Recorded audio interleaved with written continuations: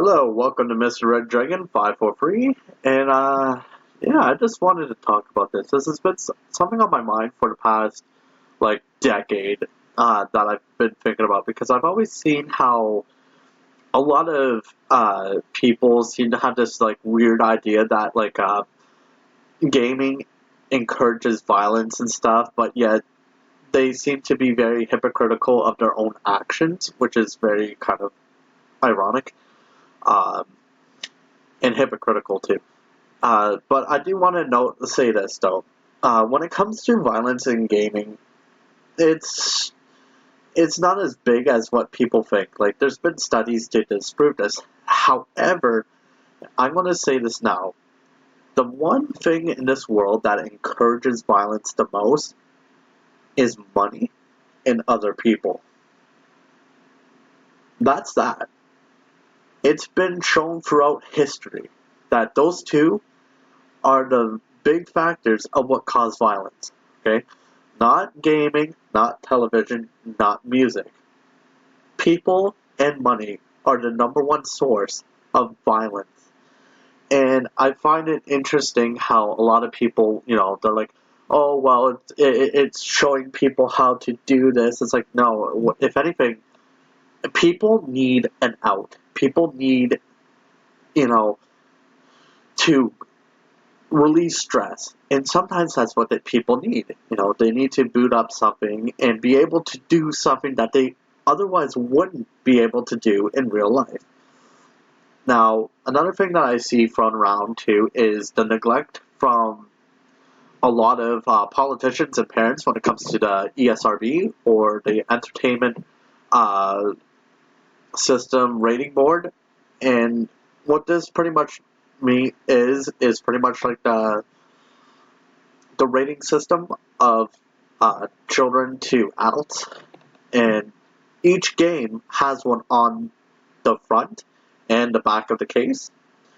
And now, even when you're on the digital shops of like Steam, PSN, or the Xbox Lives, or the Xbox Store, whatever, there's still a rating system in the description of each game before you buy. And it really just is so infuriating when a lot of people be like, oh, like, my kid's playing this game, and it's like, well, who bought it for them? It's like, well, I did. It's like, did you not see the logo? And I find that, a lot of people need to educate themselves when it comes to purchasing stuff. Like, here's the thing.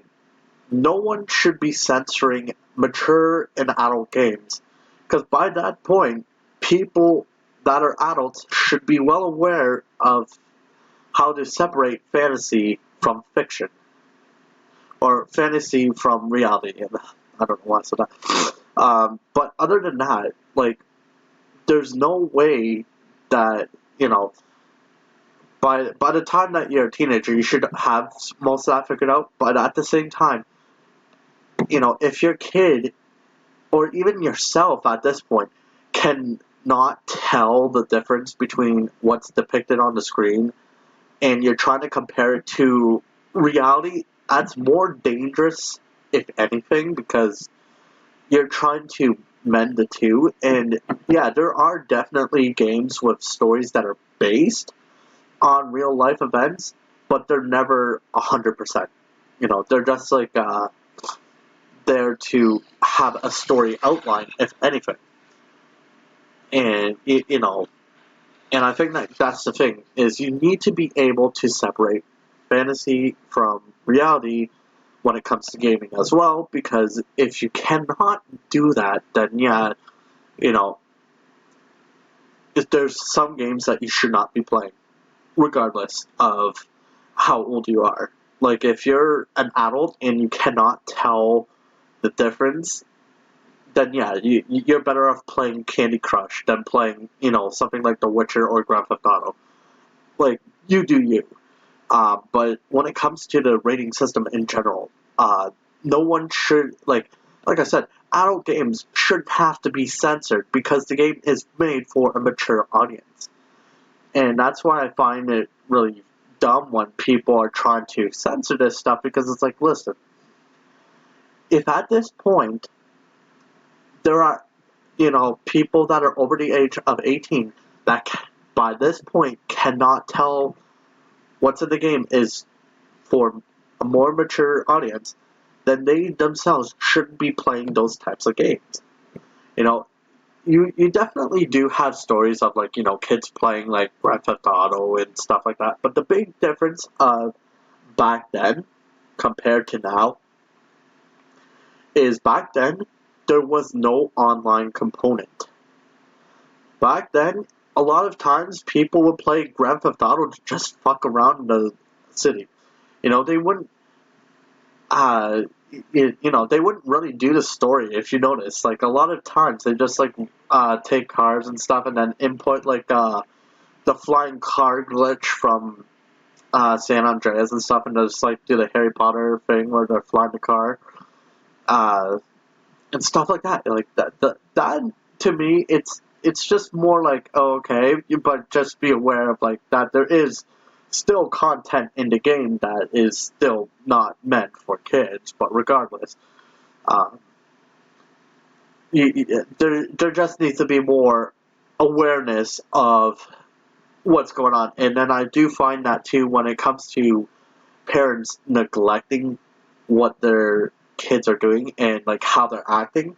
Like, here's the thing: if your kid is acting out because of something they're playing or something, you gotta talk to them. You gotta find out what's really setting them off. Because if it's just the game that's making them frustrated, then you just gotta say, hey, listen, just take a break.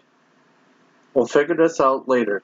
But right now, you need a break. But that works for me. Maybe not everyone else, but that's what works for me. Is just sometimes when you get frustrated in games, just take a break, and then when you come back more clear-minded, you get things done. But when it comes to the online stuff, there's a lot more issues when it comes to that, because I think that a lot of online games like should be rated mature. And now I know this is a stance that no one will agree with, but hear me out for a second, okay? When it comes to public lobbies, it should be rated mature, just because the fact that the people you're playing with are from a vast different, array of places. And the thing is, not everyone is going to be respectful of you, and they're not going to be respectful of how they're going to act. They're going to act very stupid, and a lot of people, even if you try your best to ignore them, they're just gonna still wind up having some influence on how people behave, because it's like online gaming is very, let's be fair here. Anything online, despite it being gaming or social media, is extremely toxic. Like, I've seen people where it's like they just take things out of context just because they can, or they just want to get people pissed off, because it's like, okay, we want that response, so let's piss them off as much as we can, so that way, when we get the response, we can act like the victim, and all of a sudden, they're the ones getting in trouble. It's like, okay, there are those types of assholes, and that's true. Okay? Another thing that I also know, too, is when it comes to online gaming, there's a lot of issues too when it comes to the types of people you interact with, because here's the thing, online itself is not meant for kids or teenagers, because online, and the internet in general, it to be fair, it is made for degenerates a lot of time. It's made for people who are just who are just like socially not there in reality, and they just love to fucking do whatever. And I think that's the problem, is a lot of people don't get that. Now, I think that a lot of people that do watch this video would probably understand where I'm coming from, because obviously there is a lot of stuff where it's like a lot of stuff online. You can find a lot of insensitive stuff and a lot of, horrible things. But at the end of the day, it's just people kind of more or less finding an out, like for themselves. Like if they're at work, they had a rough day, so they use the online to just fucking be toxic to. It's like their therapy in a weird way, And it's weird because I know that some therapists actually kind of do promote that kind of behavior, which is not, which is really interesting because like my therapist, she's like, yeah, I understand that. Like sometimes people, they say things and like sometimes it's more or less just to kind of like for them to cope. And whether or not people agree with that, it is what some therapists do say. So sometimes the toxic behavior is kind of encouraged, but it's not fully elaborated. But if I'm going to say anything though, is like when it comes to the ESRB rating, just be mindful that it is everywhere you go. It is on the front and the back of the case. It's on the description on the e-stores, of wherever you buy. And remember that violence has been in humanity from the dawn of humanity.